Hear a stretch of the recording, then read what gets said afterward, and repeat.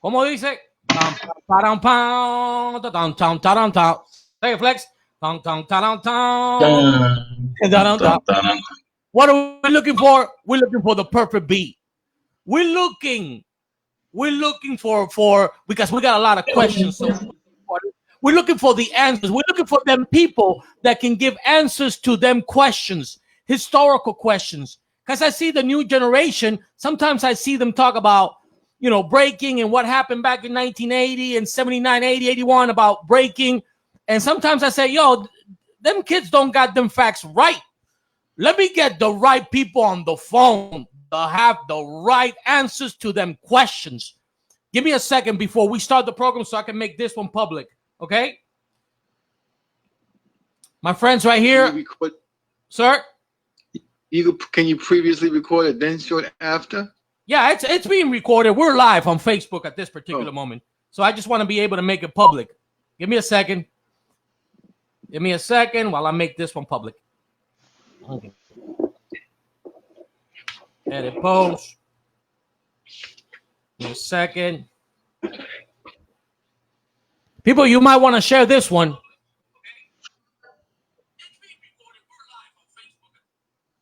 You might want to share this one right here. Edit privacy. Make it public. Okay, it's public. Okay, perfect. We're here now. It's public. So what's up? What's up? So last time we was doing this, we had the amazing Mr. Flex, historic, legendary Mr. Flex from New York and the area of Miami too. In this breaking b-boy dance talk. And he said, hold on one second, man. Let me get my boy Fastbreak over here for the next episode. So we got him right here. Thank you for coming through, my friend. And You're welcome. We got questions. We got a lot of questions, and we're looking for them right people who's got the right answers for them questions. You know what I'm saying? And I know that you two right here, you know a lot of what happened in this particular moment in time in music, hip hop. Say it, Flex. Yeah. Fast break the questions. Start with him. Okay, Mr. Fastbreak. Okay, Yeah, so the question is very simple.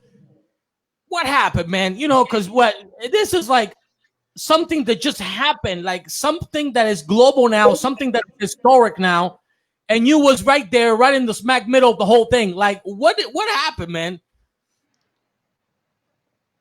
Like, what do you mean? What happened? What happened with breaking? How was it born? What happened? What did you see? People got a lot of questions for this one.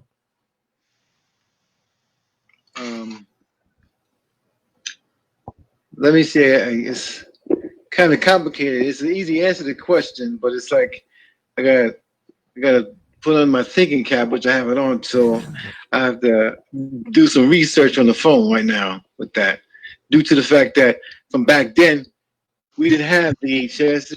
We had VHSs. We didn't have no YouTube. We didn't have Facebook. We didn't have what's the others one that you guys internet service? All of them. TikTok, Instagram, YouTube. Yes. YouTube. Yeah.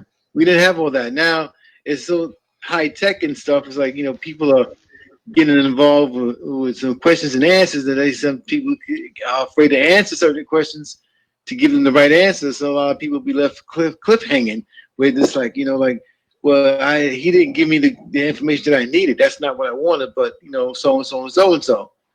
So that's about it with that. Right. So let me ask you a question. Where was you when breaking first started? Where was I? Yes. I'm gonna tell you, where was I? I was just an ordinary kid living life on life terms. Loved to dance. Started in '75. I was clocking Soul Train, get the moves in order. Because honestly, Soul Train was like the best thing you can ever get to watch on TV, especially on a Saturday morning. And it just seems like when I saw breaking, it was like my block when it's a little left on the 7 Deadly Sins, and some other cats that was doing their thing, but I didn't know that. I didn't inquire to them on how they did the movements. I was wondering if it was possible, if because I had moves, but I didn't have those moves that they was doing. Like for instance, for like Flex had some moves that I liked that I couldn't do. So Flex blessed me with it here. He took his time with me, and it was tough work, but it was well worth it because Flex helped me build up my status quo and my skills coming up in the game. Then there was another guy named Mr. Eddie De Jesus. His name was Mr. Ed. He was the next best thing to Little Lep, and then the list goes on and on. It's a long list, but yeah, for sure that it was well awaited for all these years and whatnot. But it seems like now where the breaking is going is people like getting confused. So I was like, how you guys getting confused? Are you stuck in a twilight zone? I said, get out of there. The '80s is not yours. You want to get look. If you want to learn something, you're gonna pay for what you learn. But when you go to school, it seems like I don't have to tell you what to do in school because honestly, you're a man or you're a woman. You know what you're gonna do and how to do it to prepare yourself when it comes to the battling on the floor. Now the battles on the floor, it seems like a lot of cats is like, I never know how to dance on concrete. Oh, because the reason why you jammed on gym floors and cardboard boxes. I've done all those. I've got purple hearts and scabs on my shoulder for what I had to go through back in the days. It was really rough. It wasn't as nice and sharp as it is right now as a pen. Back then, it was really rough, and this was like you battle somebody, you win, especially when you're on their territory.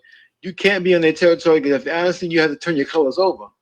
See, people don't know about that, because that's the signature where it's like you're badass, and you know that you could come on my hood and you could dance that shit over there, and then expect that you can get away with it, and then you're not gonna get away with that because they'll chase your ass down the block to the nearest train station, or if you took a bus to it, you got to go home. Then they'll chase you all the way down there because honestly, a lot of sore losers back in the days. You see what I'm saying?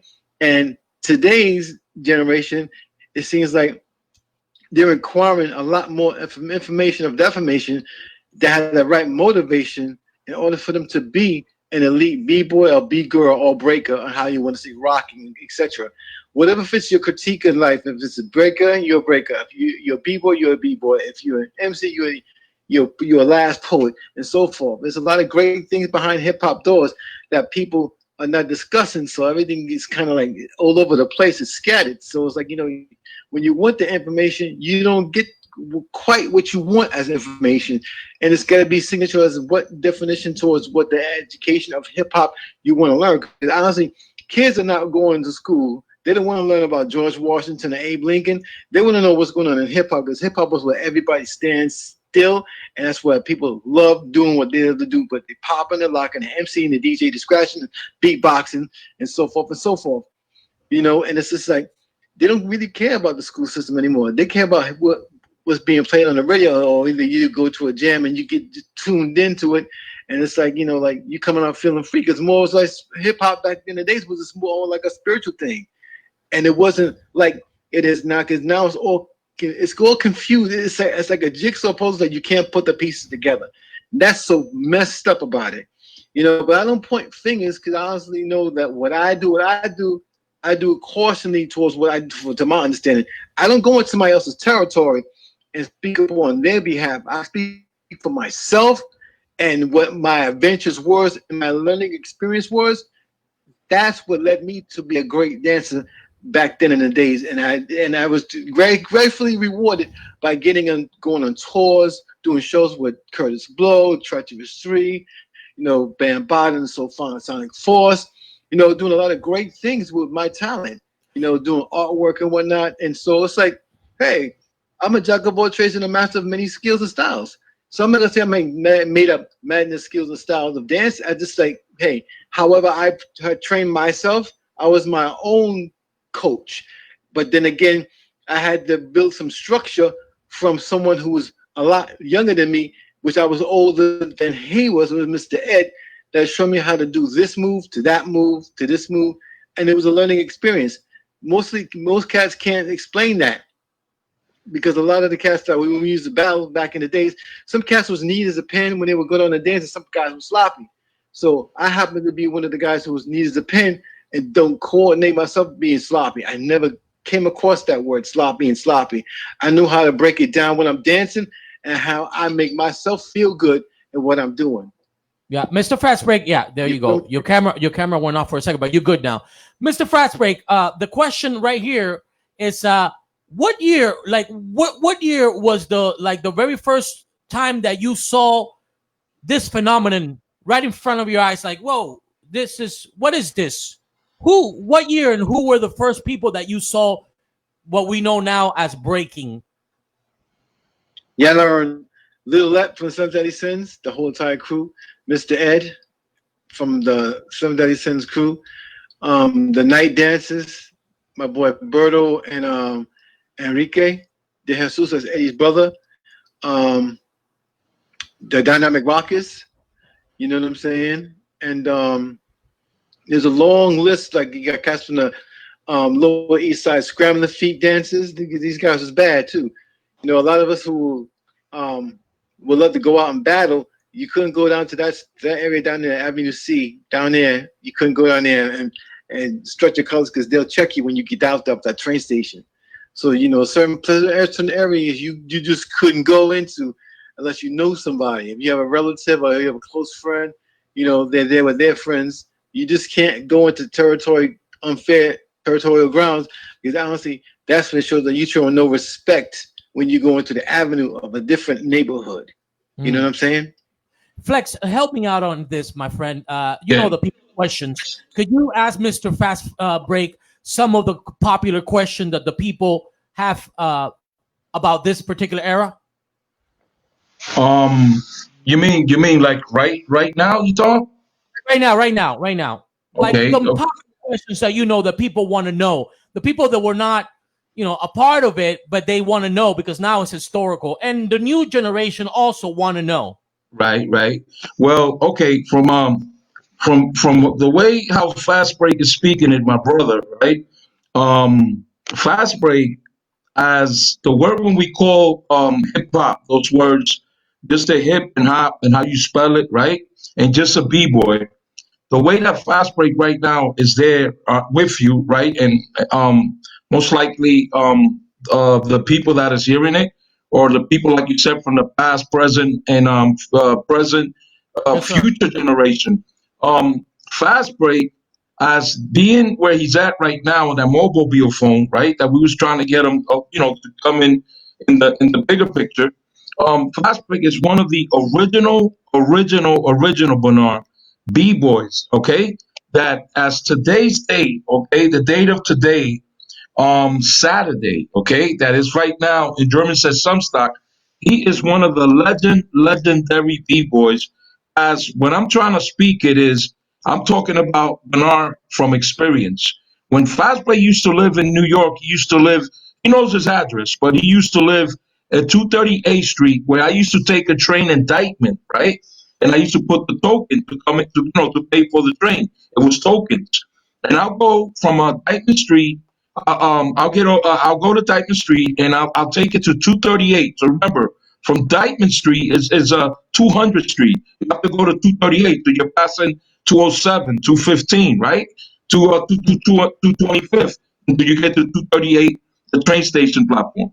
So a fast break was this guy that we was there with a group of guys that was called the guys that I was telling you, the floor masters, right? That was Powerful Baxter, that was Gino, that was Kid Nice. We also got to get with Kid Nice as a good, beautiful interview. So the thing about it is that Fast is a guy that he lives this experience. Everything that Fast Break is talking about is actually his real part, his real living of his own self. But let me tell you something. What I'm trying to explain to you, Berna, that there's a problem. And the problem is that think about it. When you go to a real school, right? A man teacher's going to teach you how to speak. He's going to teach you how to speak a language, right? The real language inside the class. The woman teacher. When Fastbreak speaks to you, he speaks. If you really put your ear with your headphones on, Fastbreak is speaking to you. but he's really speaking to you the language of the original burner of the history of that school. And you can listen in the earphone with your ears being covered, but you really have to understand and know exactly what really Fast Break is telling you about. It is hard, trust me, Bernard. I will not lie to you, it's hard. But that's right there, what's right there in that mobile phone, from what I'm telling you, in my experience, and being right there, Fast Break is one of the most original legend b-boys with the floor masters, with everybody in the group as the press, Kid Nights, like I said, Kid Nights they call them, right? And so when you paying attention to him, it's a hard thing to really understand clearly, super clear, every word that Fast Break is telling you. Because All right. that brother is so real. Let me finish this, bro. He's so real in how he's speaking it to you. And this is the language that is being taught. It's his own self. The language of the word Fast Break. Now, Okay. if a guy will speak to you, you say, "Oh, he's speaking to you a straight English, right?" And he comes to you with a slang. He comes to you with these words of dictionary and everything. That is the original hip hop form expression how Fast Break is speaking to you. Okay. Mr. Fast Break, uh, your recollection, what led Yeah. to this movement? What was that phenomenon that led to the hip hop, to the first to breaking? What was that? Because every movement has, it's just like a need. It's not just overnight. It's a build up. There's a build up to it. So what was the build up in the region? Because what we hear is that the breaking started somewhere in the Bronx.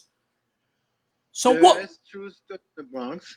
Okay, what led to that? What was the need of the Bronx? What led to this phenomenon that now is a global, beautiful? It's a global, beautiful pandemic, but beautiful artwork, beautiful art.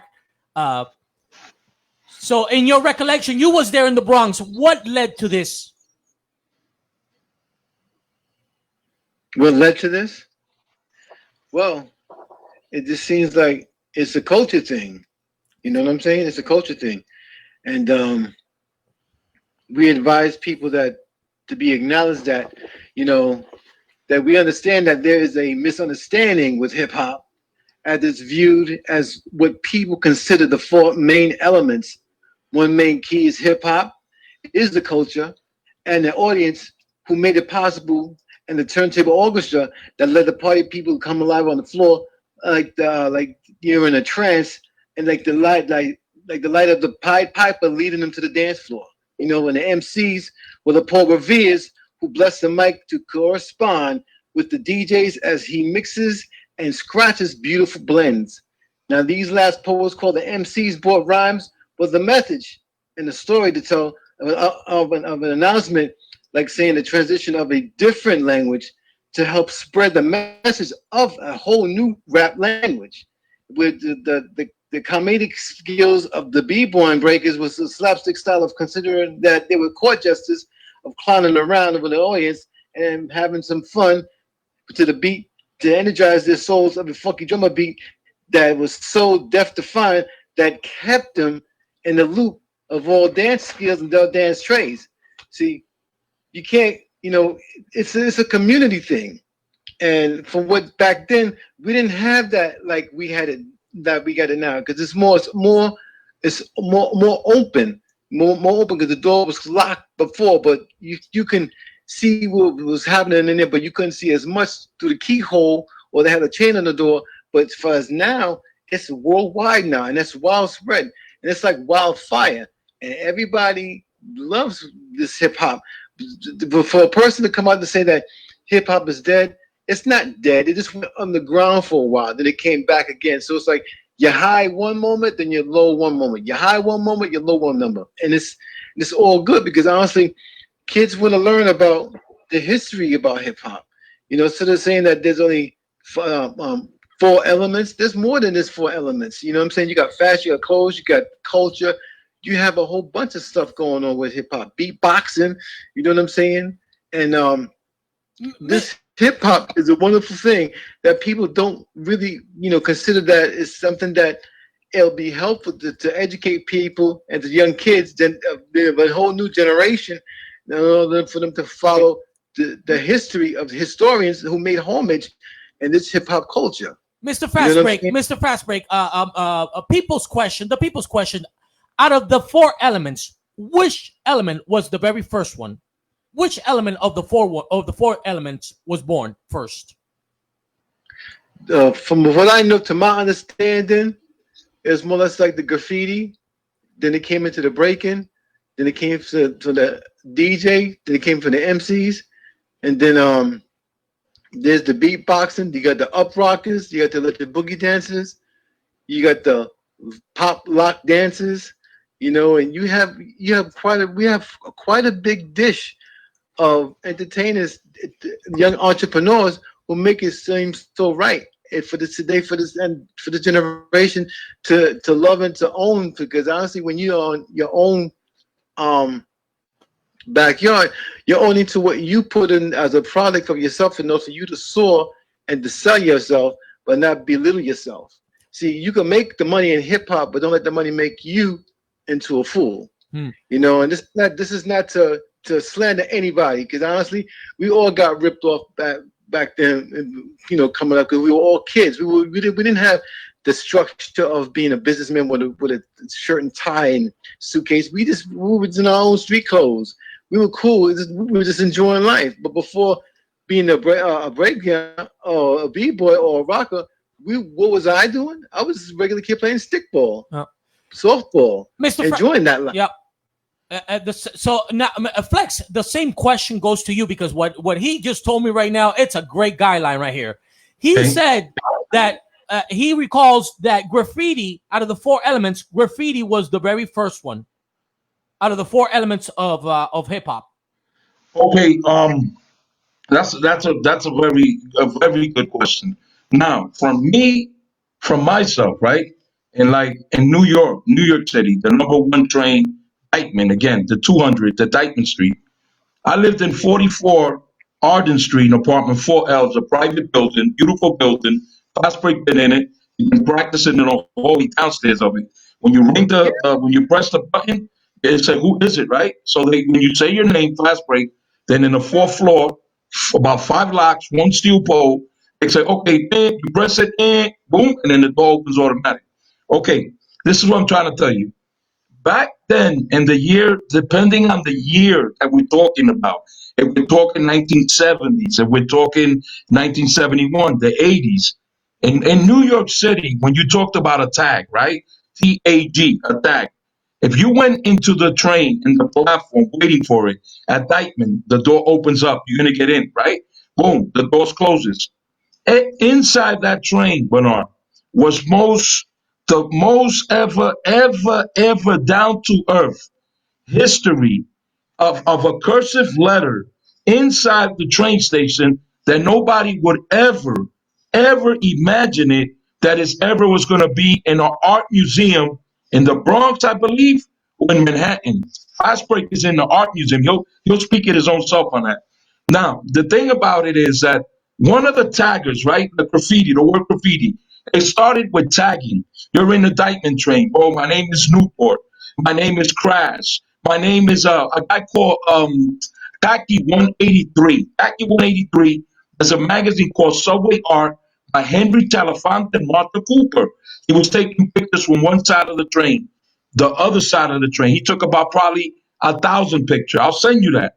Now, the thing is that this thing that Henry Talafante was taking picture, the guy was a brilliant guy from a university, right? A school, university. So he took those pictures, and what he did, he transformed it and made a book about it called Subway Art. So every picture that he was taking, the best ones, he put that development inside every page and every article, everything that was written in there was Henry Chalaponte and Martha Cooper, right? So you got all these graffiti Flex, artists let me stop you inside the there for a Subway second. art book. Flex, let me stop you there. What year was this that you recall? Fast break. What year was that? He's asking you. I want to hear you say it. See, but I wanna be correct about it. I think it was in the seventies or 80 fans. Where are we at right now? And we are in the first element, and we are agreeing that the very first element in the four element is graffiti on the trains. And so what we want to get to is 1 year, a ballpark, one, what year, more or less. More or less. I'd say, to my knowledge, that I paid attention to it if I was in school, but it was in the mid 70s, But it was before that though, because graffiti played a big part, but you just didn't know it didn't have a name to it until it came out back then. There's a lot of great artists that came from out that year, the year of graffiti, and in the mid 70s, like Tracy 168. Um, who else? There's a whole bunch of um, Phase Two.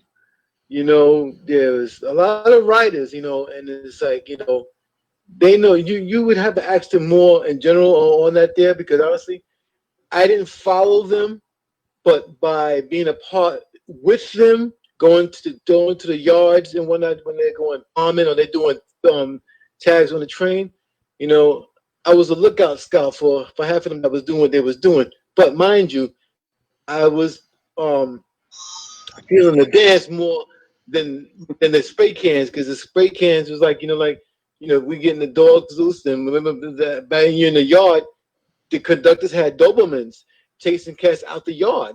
You know what I'm saying? Cats was getting vicked for the spray cans back in the days because they didn't show any proof of who they were. They were scared because there was a lot of beef, a lot of people getting their names crossed out. And you can ask my man Bomb Five. Bomb Five is the man that he'll tell you, man, there's some real war stories behind the yards and graffiti. And my man Nick One, he tell you that there too. We had A1, may his soul rest in peace. And Case, may his soul rest in peace. We had some true artists that left us. We have but a handful left. That's why it seems like, and people always say that what was the first element first, they're gonna go with run with graffiti. They can't say breaking, they can't say b-boy, they can't say rocking. It is more or less like people because it's too much controversy behind that. I don't like to stir up controversy. I like to have facts to my own opinion to add to that, and I would make sure that it's clear and clarified as for what it was. But to my knowledge, graffiti was the first thing on the map, because honestly, you used to see cats, the white cats come around the block. They go pick up their homeboys, and they're going to the number 4 train, or they're going to the yards. Or they're going to the 1 train, they're going to the 2 train, to 149th, and it was like back and forth. So it was like its own revolving door going in and out. Okay, Mr. Fastbreak, you said something there that my interest are the viewers. You said so this culture of tagging and stuff like that, it was more like let's say Afro Americans and Latinos in the Bronx. But you said the white people, they started getting interested in the culture. That's the question. They were getting interested in the culture. They were getting interested in the culture, and then you have a lot of Latino brothers. You have a male, African Americans doing their thing. So it's like more or less like whatever I encountered on. So I don't want to get everybody mixed up. Is for what I saw, not what someone told me what I need to see here. What I saw from my own opinion, a lot of the white cats that I was growing up with, I didn't even know who they named to us when it came to their tags, because you couldn't really make out what they was writing on the wall. You know what I'm saying? So much respect and props go to them. But mind you, you have a worldwide of great entrepreneurs, the aerosol masters. You know what I'm saying? You can't beat that. With their hieroglyphics, the artists that show new aerosol masters, they painted on a whole different dimension. But beautiful blends and magnificent portraits that changed the communities and cultures of excellence for this very day. You know what I'm saying? Yeah. So I have to give them their props, because honestly, it was the black thing. It wasn't a white thing. It wasn't a Hispanic thing. It was we the people thing.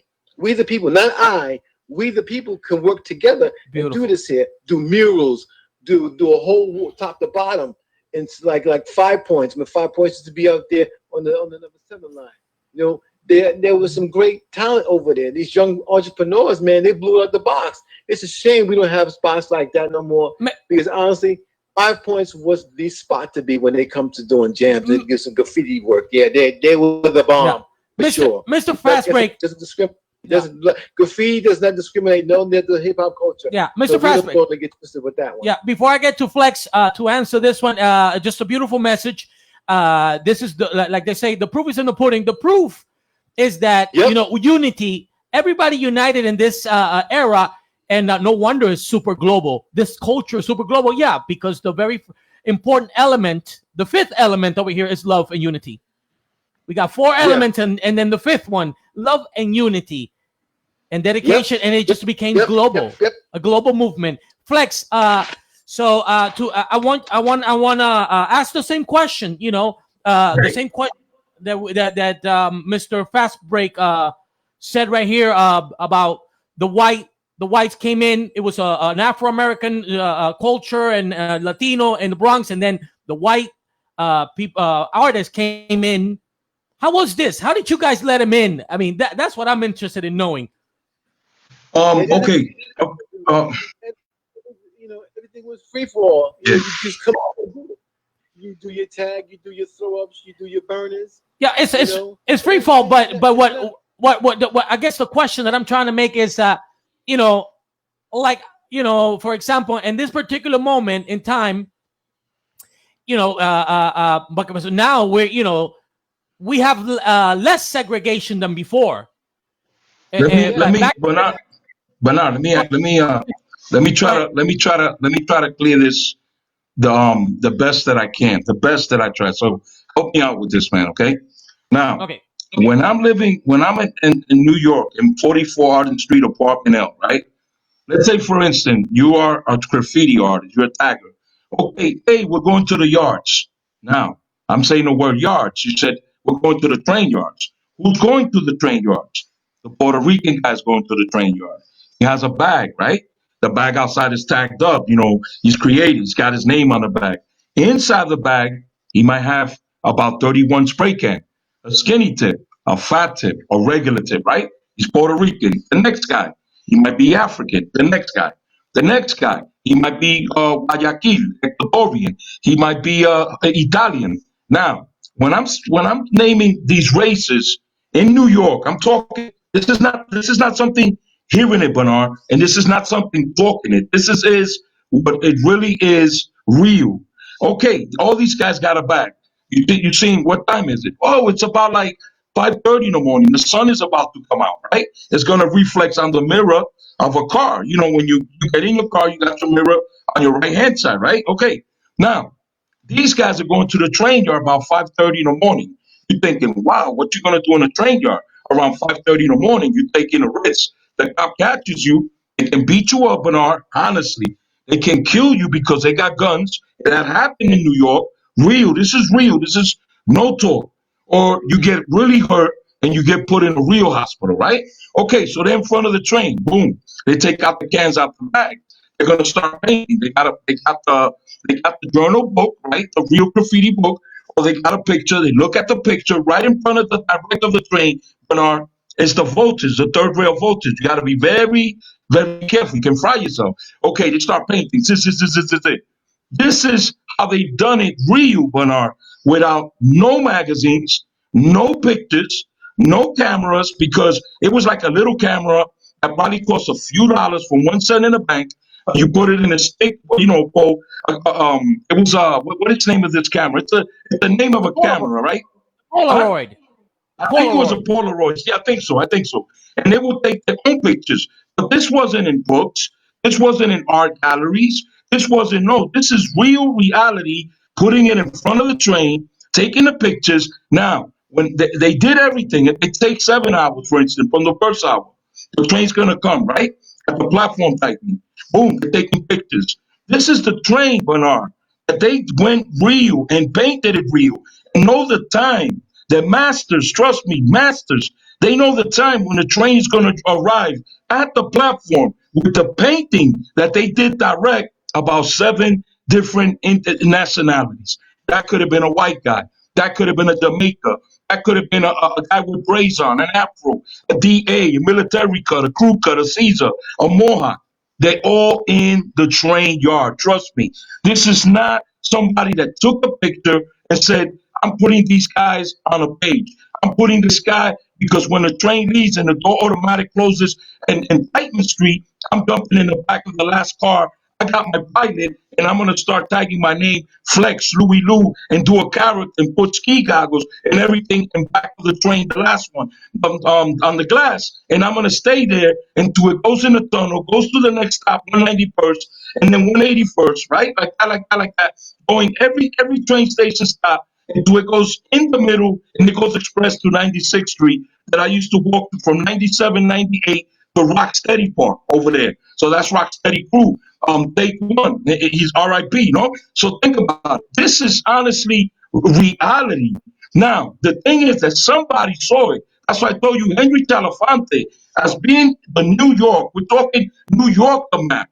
He saw it, Bernard, and he's the one that put that into a vision, reality, into music art, into art galleries, into books. From what? From exactly what they saw. They took the best out of everything and kept it in real safe and put out what's in stores that cost $20, 25, 30, 40, 50, 60, 70. This is all me or you, somebody that risks it, somebody that puts their whole heart into it, somebody that wakes up early in the morning, somebody that loves it, and got the hunger and the motivation and the push and the drive. Get up early, Bernard, and be in front of the train painting. All right, Mr. Fastbreak, before we get out of this first element of hip hop, I want to be able to, for historic reasons, name, give, if you can give us 5 name of the best graffiti artists of this particular time. 5 names Of this time? of that particular time, the 1980, late 70s, early 80s. People that you knew, people maybe that are not even here anymore, and their name has gone like silence, and we want to be able to give them recognition. Tracy 168. That's 1. Say City, number 2. T Kid 3. Scene 4. And the 5th guy, Nick 1. Wow. Airborne, FBA. There's a lot of great artists that I ran with, cool, went to school with, you know, my man Kaz, and yeah, a lot of Are these people still? Are they still with us over here? some are. I mean, TK's around, Tracy's around, stays around. Yeah, those that I mentioned are around. Those, except Phase 2 is not around, and and Case 2, Case is not around no more either. May their souls rest in peace. Those are they were good brothers. Could we see, for example, because one of the ideas for this particular show is that Good brothers. Yeah, one of the like I was saying before, you know, like the graffiti, it doesn't matter. Hip hop, it does not discriminate any race, creed, or religion or character. It's more or less it's a we thing, a people thing, not a black thing, not a white thing, not a Hispanic thing, and so forth and so forth. It's about working together in honor of what we believe in called hip hop. You know, we don't want to make no wrong mistakes, say the wrong thing, and then get checked for it. Nah, it's not going to happen like that. Okay. You know what I'm saying? To my understanding, to me growing up, I first seen the graffiti writers were white cats as in my neighborhood. They was going from one airframes, bombing, doing throw up cars, train. Yeah. Your camera is going off. There you go. All that is beyond beyond the mind understanding. Because honestly, it's a universal thing. It's a mental thing. It's a spiritual thing. You know, and these are aerosol kings. Mr. Yeah, we have some technical difficulties. Mr. Flex, Yes. same question to you. The same question to you, Flex. The 5 most talented graffiti artists that you ever met from that era. From that era, being real honest, as like you said, okay, graffiti artists. There's a guy Bomb Five, right? We can interview him.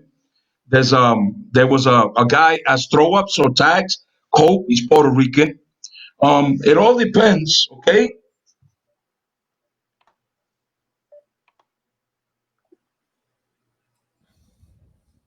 You there? Yeah, I'm here. I'm here. Let me get back to Okay. It all depends on who you're talking about. Depending on who you're talking about. Like I said, a bomb, a cope one, T kid, a crash, a Dante, a Cepha. It all depends who out of the five, one, two, three, four, five in New York. But the first ever in the New York City was Taki 183.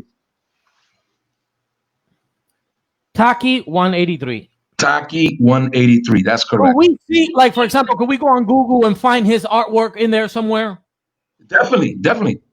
I believe so. Not only that you can find his artwork. That's not the real way of saying it. It's a documentary. A Documentary. documentary that that it's not only one graffiti artist. It's more than a graffiti artist. It's more. And the documentary from beginning to the end documentary. Okay, so all right, so Mr. Fastbreak, are you there with us? With us. Mr. Fastbreak?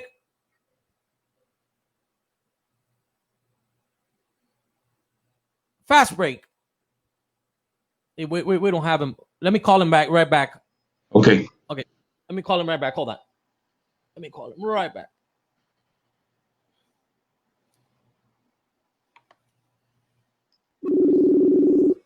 Give me a second, people. It's just some technical difficulty. Mr. Fastbreak, are you there with us? I'm back. Okay, I'm back. All right, so let's move on from this particular element, and then I want to be able to make the connection. So, what was the next element in hip hop? The next element, you guys saw being born, Mr. Fastbreak. Okay, what was being born? Well, After tagging. after tagging, it was the breaking tip, and it's more or less you couldn't do one without another. The other thing is like when you would hang out with your homies, and some would be packing a big fat uni marker, be doing them big flood tags on the wall with the paint with the marker dripping, flooded with ink, which was like, oh, it's crazy. And then you got your b-boys. B-boys also became riders, tagging up their name and their crew on the walls in the subway, or for personal property, and people didn't like that because honestly, it felt that there is vandalism. Vandalism played a big part, but it was just like something to do. You got bored, go spray paint somebody's doorknob, and when they try to get the key to their house, they get a big black smur in their hand, and they got to take some gasoline and get it all cleaned up off their hands. It's a lot of stories behind all this here stuff from back in the days, But you got your graffiti writers, you got your b-boys, you got your DJ, you got your MCs, you got the culture, you got the human beatboxing, you got the up rocking, um, a whole mechanism of more elements than we can imagine. It's like trying to discover alien life form. Do they really exist? Well, hip hop exists because it's surrounded by all these great things that people love to hear. It's about the graffiti. It's about the MCs. It's about the DJs. It's about the cats be breaking on the floor, spinning on their heads. What I'm saying? I used to be a kid and then I used to do it. I enjoyed what I used to do back in the days as a kid. But I can't keep what I have to give it all away. I give it to the cats that's coming up now. I will show them, I would guide them, what I'm saying, be a big brother to them, a big sister, a little sister trying to want to learn from a brother like me or somebody else in the game. We help out each other. not for profit, but just for purposeful reason, for personal reason. Where it's like it saves kids from going into turmoil of trouble in life on life terms. No kid should ever have to go to jail nor be buried at a certain age for something that they were just having fun. You know what I'm saying? No. Because this whole hip hop thing is scrutinized by what people say, the critics. Let critics talk. Let them talk. You know what I'm saying? It's nothing. There's nothing bad about that. You get to hear what's on their mind. That's as much as they care to hear about what's on your mind. My mind is like, hey, it's a cultural thing, and we shouldn't have to be divided into certain segregated groups, but we should be more concerned and be more of a big brother to the hip hop, to these kids, because it's not about me anymore. What we did in the past is about how we can conduct ourselves to guide them today, because they need some guidance. Back then, we didn't Yeah. have no guidance because we were doing our own thing. But now it's a different age, different day, and different stage, and everything has happened for a reason within my growing up and in this hip hop Yeah. culture. You know what I'm saying? I love MCing, love DJing, love it all because honestly, hey, I am hip hop, No. and hip hop doesn't cost a thing. Mr. It's Flex, about the love for hip hop. What mhm, you want to add to that? Well, the most reality, Bernard, as okay, as the word in New York, and I'm gonna put it this way, in New York, if you was in a playground, right? As I said, you had 98 Amsterdam, Rocksteady Park. This is Uptown Manhattan. There's a real love, Bernard, a super, super, super love to the art form of the four elements. It can be anyone. But the reality thing of real art, the art, what we call, I tag your name on the platform. I tag your name on a light bulb. I tag your name on your shoes, on your pants, your shirt, your hat, right? On your book bag. I'm gonna tag your name, a printout, make a beautiful printout on the t-shirt. It's the person himself that discover his own self potential, their own talent of their own self by actually discovering it and exploring what is that you got inside of you to actually bring it out of you. Now pay attention. What's inside of you was brought natural out in the word called the heart of New York City. New York City, the Big Apple. It's a natural gift that is blessed, that is just something that is given to you to actually use it in a right way, not in a righteousness way, a prejudice way, racista way. So you got to think about it. If somebody will go ahead and said, "Hey, I do all the beautiful work in the train. I cannot open my mouth, Bernard, and talk about a person, a whole body, in front of the train direct, and the train comes out to the real platform, and I start criticizing and say, hey, this guy. No, Bernard. These guys in real life, they were like heroes. They had all the heart that you ever imagined. I'm not talking, remember, just to talk it. I don't want to talk it. I don't got a tattoo on my neck, on my chin.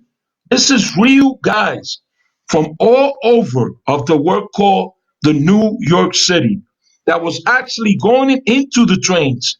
I'm telling you from experience, as being me in the yard to the higher power God, the higher power God. But no, trust me what I tell you. The markers, the mini markers, the pilots, the brush, the ink that used to put when you put the pilot inside your pocket, the ink used to drip on your pants. When you was No. in the train yard, your sneakers that usually was like sometimes some suede Pumas, some hard shell Adidas, they used to come super with tar, super grease out of that train yard because that's how much it was in there you was really dedicated to the art, to the form, and to the Yep. expression that was inside of you, that was in the piece of paper drawing, and you really painted it in front of the train. Now, Yep. it wasn't because they were going against the cop. It's because this is what they did, Bernard. This is what they actually did. And the smartest dudes, the intelligent, the one that use their head, their heart, their braveness, their guts, their balls, they made something real out of that. And that's why today, in right now speaking, Fast Break knows it. I think it's a museum of art in the Bronx. I might be right, or in Manhattan. Fast Break is in the Museum of Art. When we was in the Grill, uptown Manhattan, the Grill, that club was supposed to be a big picture, right? Honestly, in black and white in the Museum of Art, like I told you, the Graffiti Art Museum. Now, a lot of things, Bernard, that everybody does, these tags, these murals, these beautiful masterpieces, they don't get recognized. Today, right now, because of the computer, because of the kid being 16, being a genius, a brilliant, and came out with the device of the mobile phones and the computer and the face messenger and the Skype.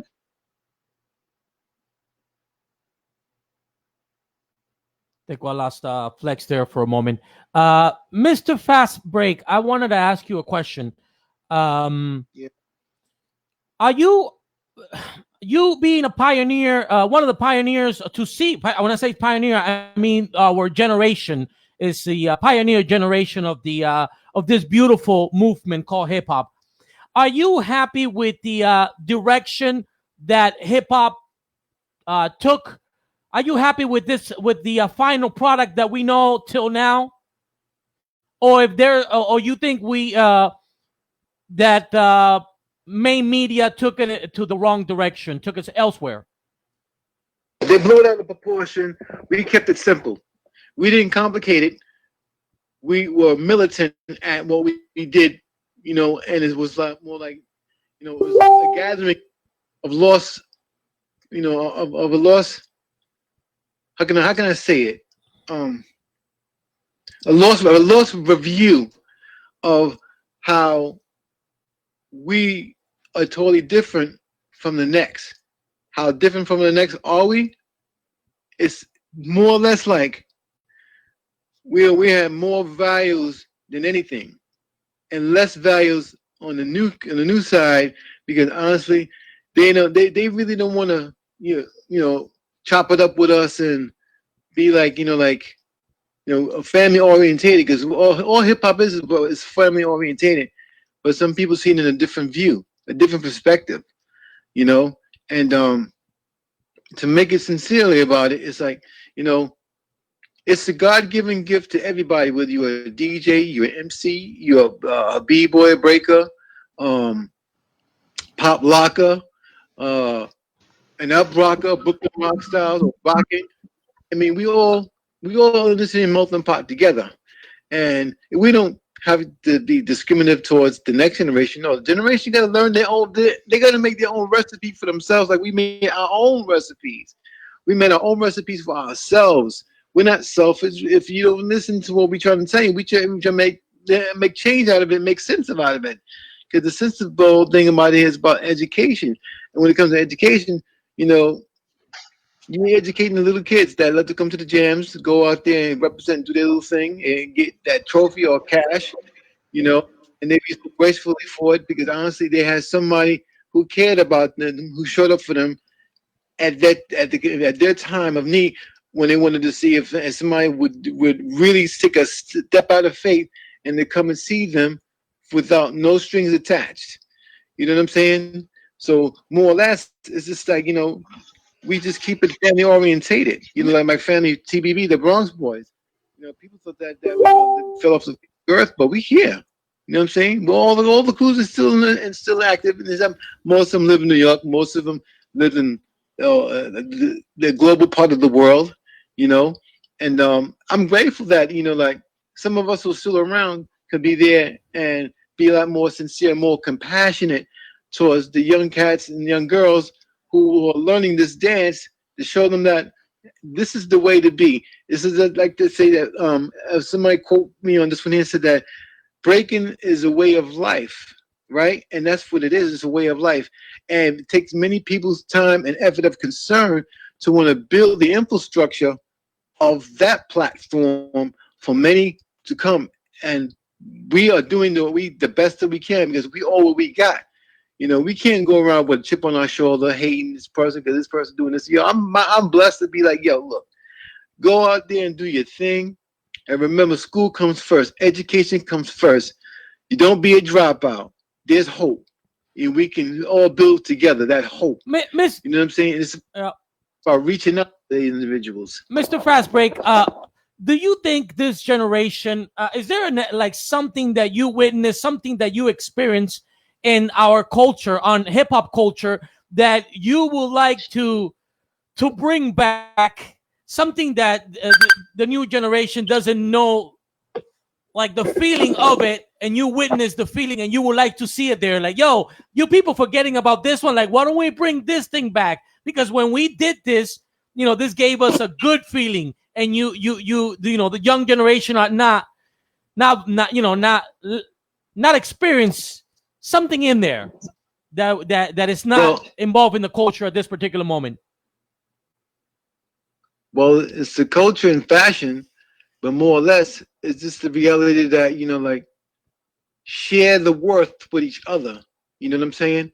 And all will be well with that.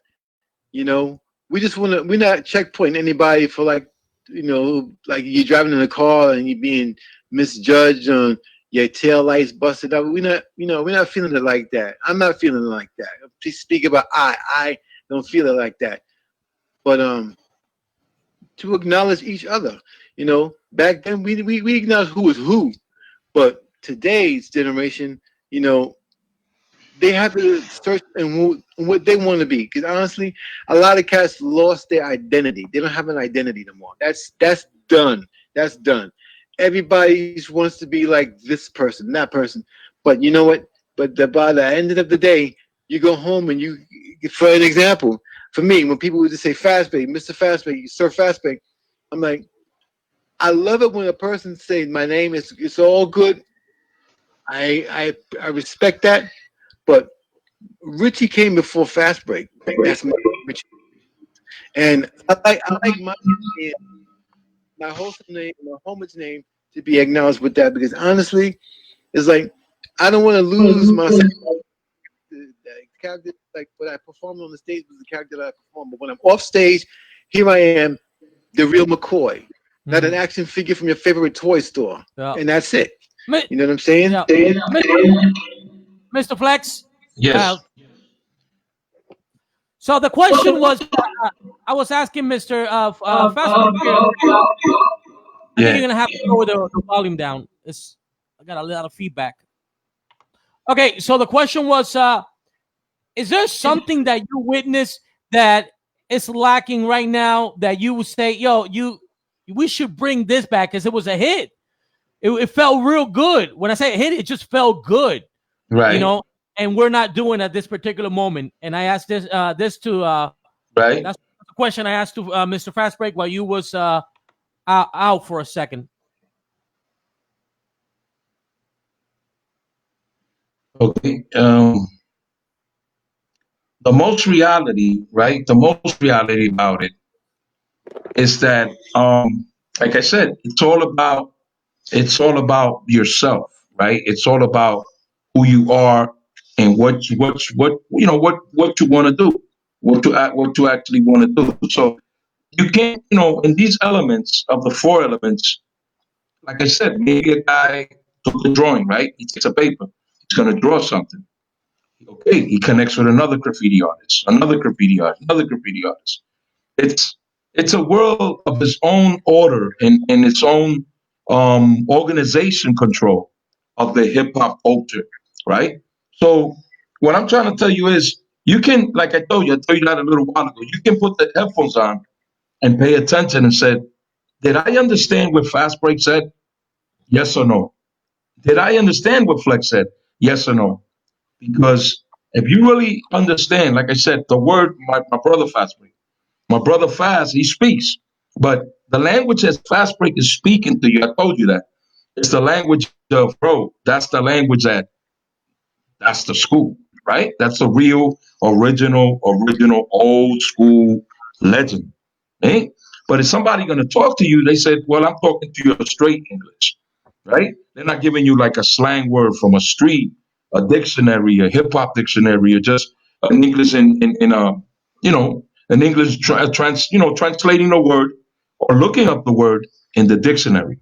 So it's all about yourself, of your own expression, how you actually, how you actually speaking it, and so the person could really understand from the real honest to God, bottom, how everything got, started, and why everything took off, and why that it became a multi-million dollar, a globe industry worldwide, as in the four elements of the masterpiece form of art Mr. expression.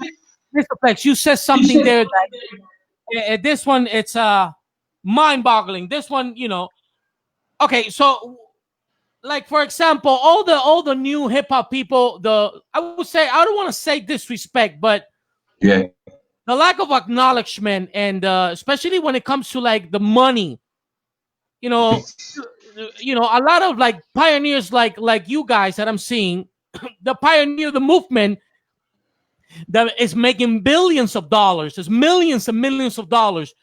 right. How do you guys feel about this one? So much money that is made, so many people that because of you guys that made a business for them, and I don't see enough respect and acknowledgement from the new kids that are making billions. Do you think this is unfair? Do you think about this one once in a while, Mr. Fastbreak? Yes, they must be getting compensated in a certain way where, you know, the residuals that they're doing commercials and stuff like that, they get a paycheck from that and the royalties from that. You see, a lot of us didn't get that royalty check scenario like some of these cats was getting it. You know what I'm saying? And more or less, it's not to drop a dime, it's to be spread that knowledge on that there. Because honestly, it's, you know, we were getting paid back in the days. We was getting paid. We was getting more paid than our parents who work a job. Mr. Fastbreak, Paid. Mr. Fastbreak, I want to be able to see if I can get my message across. Do you think sometimes in the comfort of your own home, do you think you say, you know, the young hip hop generation, they could do more for us who pioneer the genre? It's more could be done. Yeah, more could be done. If they was willing to blend in with each other, we can do it. We can do this. We can do it because, like I always keep saying, we all we got. You know what I'm saying? We don't have to piggyback up somebody else's status. No, it's not what that is. No, it's not like that. I mean, no, it's not. It is a matter of fact that we know we need to build together, and it's not about like the young cats want to take full accountability for what's being conducted. Nah, it's not about that. It's like we all need to build with each other. That way, we know exactly how we stand and how everybody will be able to get their own stimulus check by working for what they're working for because they're worth for it. You know what I'm saying? And it's like, hey, it's getting paid. Yeah. And what I would love to say is, I'm gonna get this off my chest. I'm gonna say it like this here. So out of all these competitions that they're having, no one really wants to go out and battle for a trophy. It's all about the money, right? So if it's all about the money, how come they're not doing anything for like the scholastic scenario? That way, kids could get a scholarship to go to a good college, a good school. You know what I'm saying? They should be that should be another a beautiful critique right there. Because honestly, education is more important.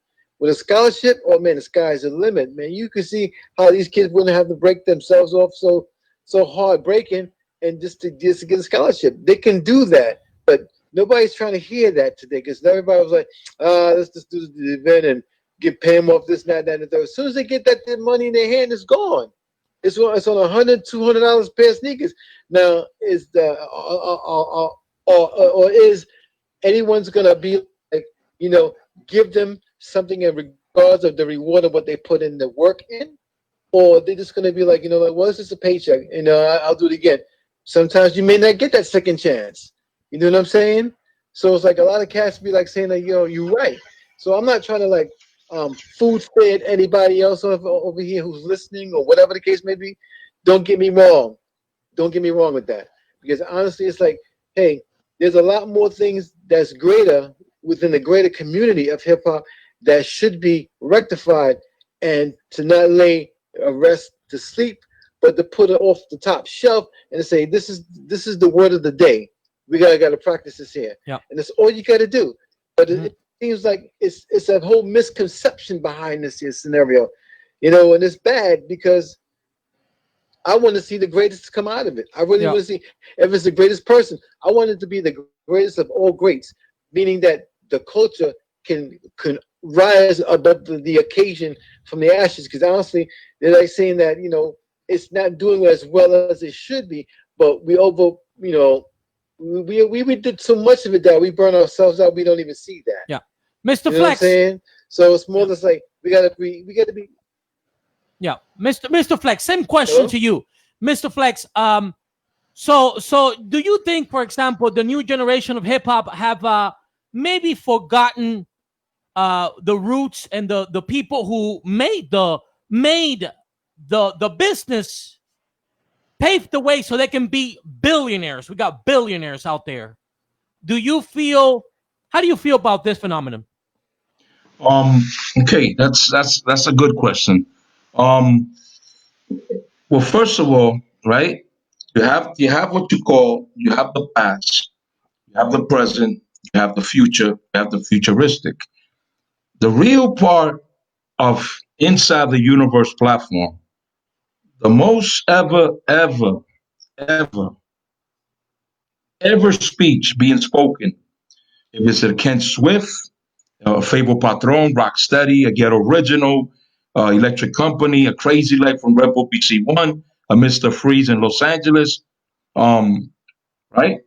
As a past and present and future, the guys that really was real hard and real smart about it made something about exactly where they came from nothing. From nothing. What happens today is that if you go, like, for instance, I'm in Germany to Los Angeles, and they say they're going to have a breakdance contest, right? For $52,000. Who's going to win the $52,000? The Russian B-boys, top nine, are winning the $52,000. Mr. Freeze, that played a part in the movie Flashdance with Irene Cara, when I pronounce her name right, I suffer pronouncing words. Mr. Freeze gives him the check for $52,000. I'm gonna be honest. The thing about the breaking had a real heart to it, had a real soul, and had a real hunger, ambition. That it was not a baseball cap getting filled with penny, nickels, dimes, and quarters and dollars at 14th Street, the Village, where Fastbreak was out there with me, Kid Freeze, Icy Ice, and Wavy Legs, right? Those are the dynamic rockers from Queens Astoria. This thing of what's really going on went on a worldwide statistic as, oh, I got a manager.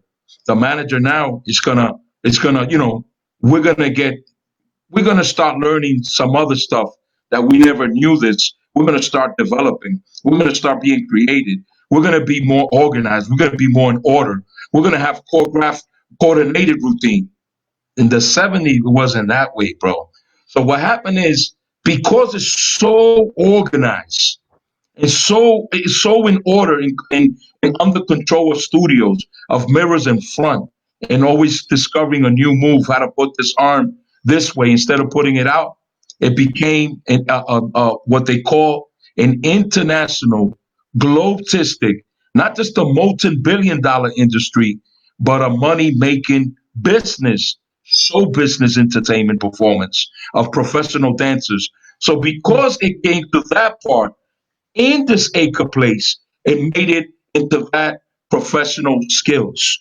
Because of the professional skills, not everybody has the same, not everyone has the same talent to have those skills, to be in those professional studios, to be able to come out in a motion picture part, to get to a video, to come out on a page on a beautiful book, a cover in front, to be on a beautiful train, beautiful, but instead of just painting a train at the real train yard, they got an exhibition of beautiful trains inside the art gallery.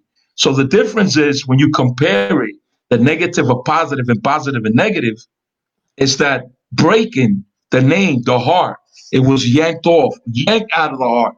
And they just make it like, I'm doing this for the money now. Well, I'm doing this for the money now. yeah. And that's what happened. And because nobody cares about the heart. That heart that it was, the honest to God, that New York City, that big call, the Apple, the South Bronx, the Manhattan, the Brooklyn, the Queens, the outside Bridgeport, Connecticut, there's nothing like it, bro. When you went into California, that nobody knew about the image, the clothes, the style that they was dancing.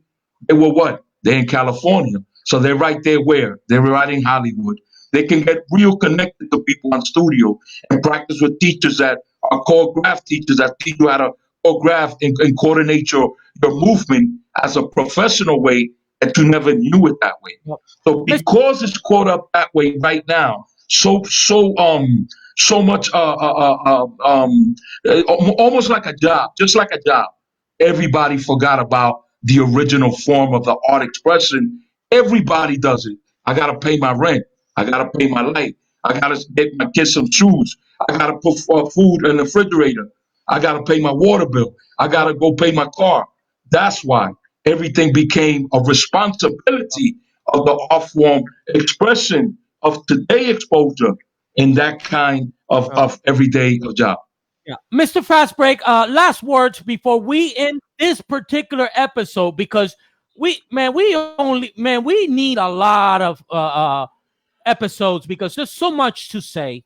So before we end it right now, we're gonna pause it right now. Before we end it, one last word from Mr. Fastbreak to our audience until we begin another episode of this same conversation, which is going to be like endless because there's so much to say. It's so historical, so important to us. Mr. Fastbreak. Yes, sir. Well, more like I say is that, you guys and girls, keep your head up. Keep doing what you love doing. Breaking is a way of life. You know that. And that's the reality behind that. And give respects to all the pioneers who are still here and those who are unable to be here due towards their passings. And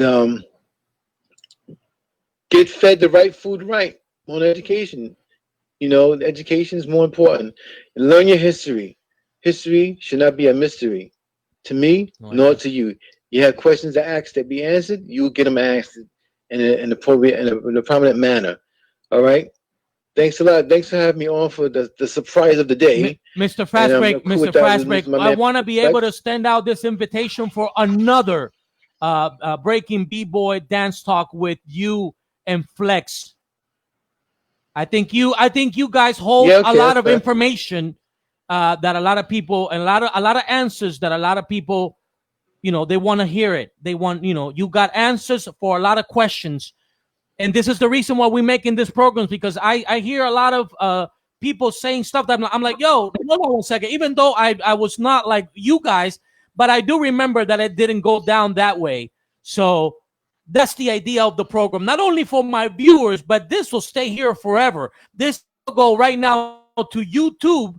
And, this is the kind of content that 300 years from now, the human race from 300 years from now, they're going to watch us and say, okay, so that's what happened. So we got Fast Break and we got Flex, Mr. Flex right here. And this is what they said about their recollection of this particular beautiful moment in time and this 4 elements of hip hop. Hip hop is still alive. Yeah. Hip hop is still alive. That's what I can say. It's still alive. And it's going to be alive as long as we have people to pass the torch to. And that's one for the reality of that. Mr. Flex, last words. Like I said, it's the past, the present, the future, and moving on, and just being a person to use imagination and open up the vision to better understanding and better development of creation of the form of art of expression. Okay, my friends. So this is an episode. We'll be right back. We're gonna pause it right here, and another time we're gonna come back and keep on talking about this beautiful content that you guys like. That is Breaking B-Boy Dance Talk with pioneers of the whole movement right here. The one and only Fast Break and Mr. Flex right here. Thank you so much for joining us. Thank you, guys. Thank you. You're welcome. All right. We see you again. All right. See you again. Thank you. All right. Thank you. And good night, Flex. All right. Yes. All right. Peace.